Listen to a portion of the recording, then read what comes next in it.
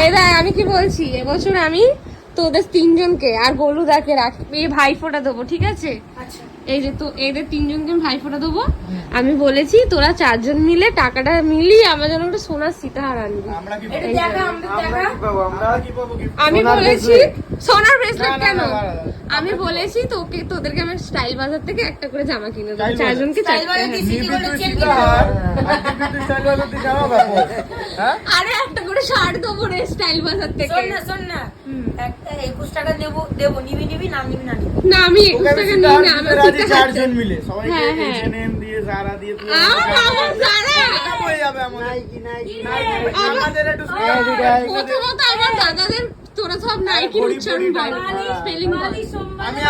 আমি করব বালি সোমবারের হাট থেকে আমি একটা সীতাহার কিনে নিয়ে এসেছি, তুই দিয়ে দিবি। আমার বোন এখন উত্তরপাড়ায় প্রেম করে শুধু ওই দিককারই ঠিকানা জানে, এই দিককার ঠিকানা সব ভুলে গেছে।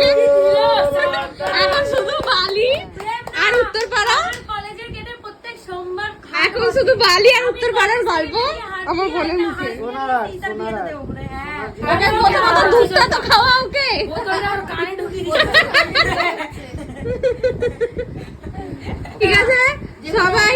ওই তো সোনার ব্রেসলেট একটা তোমাদের একজনের কিডনি বেচো, ওর একটা সীতাহার। হ্যাঁ আবার কি যা সোনার দাম বেড়েছে, দেখ দুখানা বোন, একটা বোন সীতাহার চেয়েছে, কি আর বেশি চেয়েছে?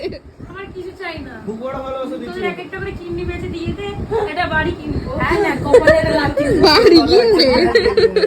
ওরা ভেবেছে আমি আর কিছু নেবো না। তোর এমনি ভাগদার বসে আছে সম্পত্তির দুটো।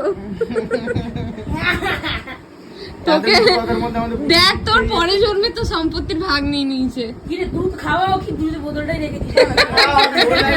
ওরা কি কবে বিয়ে করবে? দুধই খাচ্ছে না, শুয়েই আছে। হ্যাঁ ওই দেখ দুধ খুঁজছে, ও দুধ খাওয়া।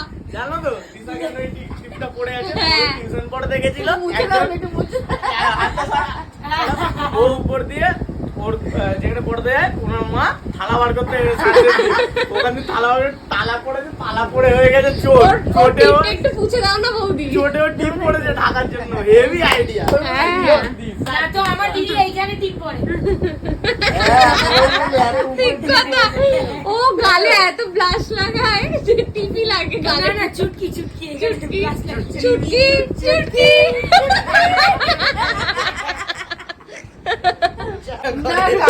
চাকে ওই ওকে দুধ দে।